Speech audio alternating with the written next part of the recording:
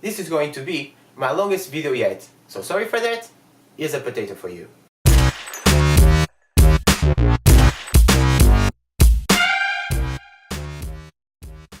Hi there, my name is Flavio and welcome back to Dream It, Model It.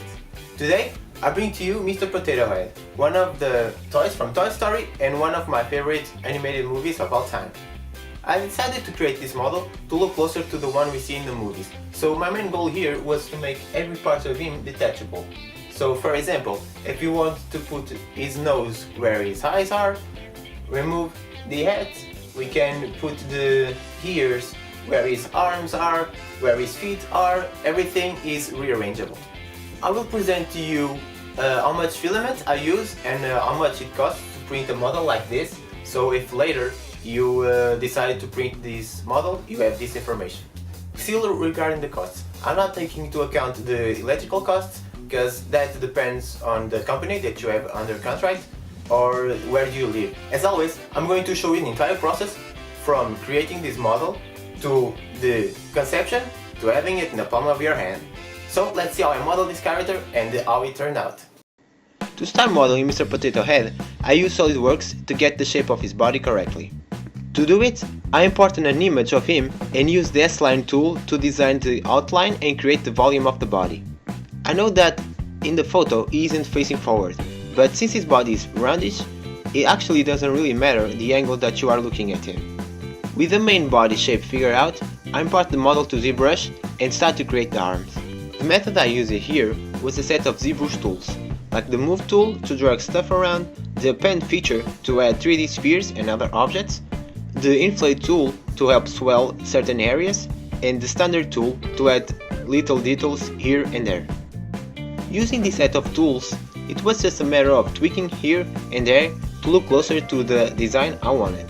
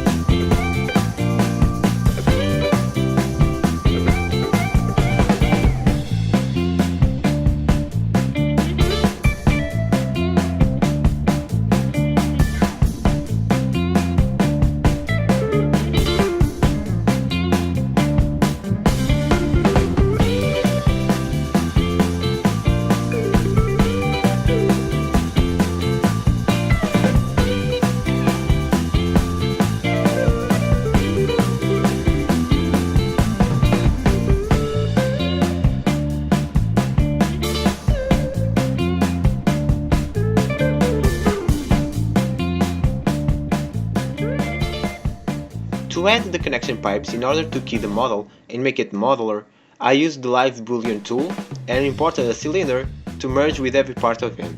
That way, I guarantee that every connection pipe had the same size and length. I used the same cylinder to create the holes on the main body to define where the parts of him should be placed. So, that's the reason why his main body is covered with holes. And that was it regarding the modeling process.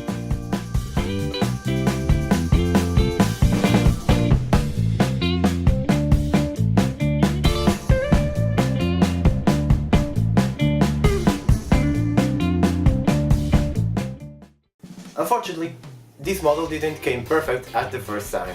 It took some wrong prints to get it right.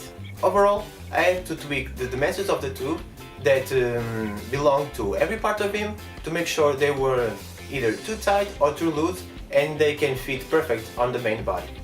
To print the main body, I used the Raft settings, so the round part of his lower body could be printed with the right shape. Otherwise, it will lose the design and come up with a flat surface. I also printed without any supports to avoid filling up the holes that are meant to be where the connection pipes should be placed. And a last note regarding the main body. I only use 20% Infill because I wanted to make the main body heavier than the parts that are around him. Regarding the other parts of him, like his nose, eyes, arms, I use different settings according to each part, so I'm not going to talk here in this video which settings I use for the arms and the eyes, for example. I'm going to list on the description so you can test it later. So without any further ado, let's see how I printed and painted this model.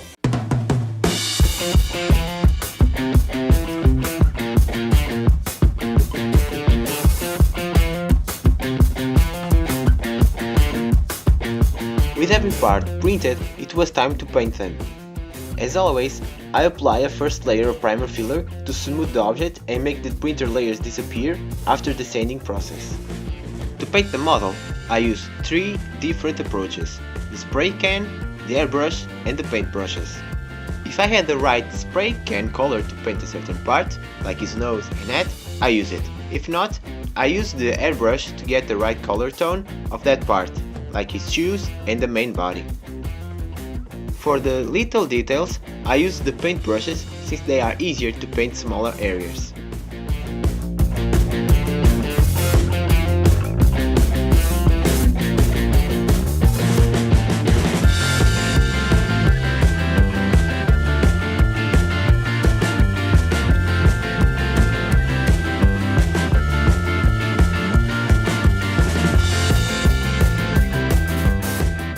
When everything was painted, I used some varnish to make the model glossy, recreating that plastic feel that is characteristic of this toy and makes the colors really stand out. The varnish also helps to protect the color beneath, making it more resistant to little scratches.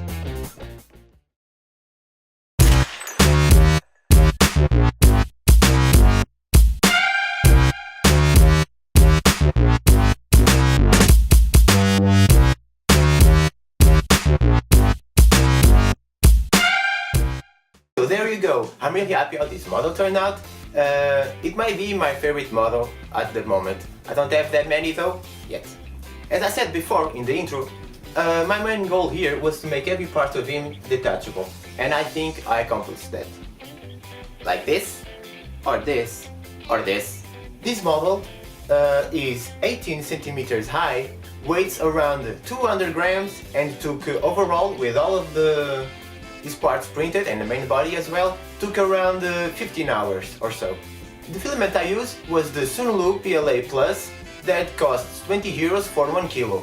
So overall, this model costs to print around 5 euros. Which 5 euros to print a model like this, I don't think that's too much. As always, I'm going to leave the download link along with the settings I used to print this model in the description below. I hope you enjoyed this video, and please like this video and subscribe to keep up to date with my models and support this channel. Thank you for watching, and remember, dream on!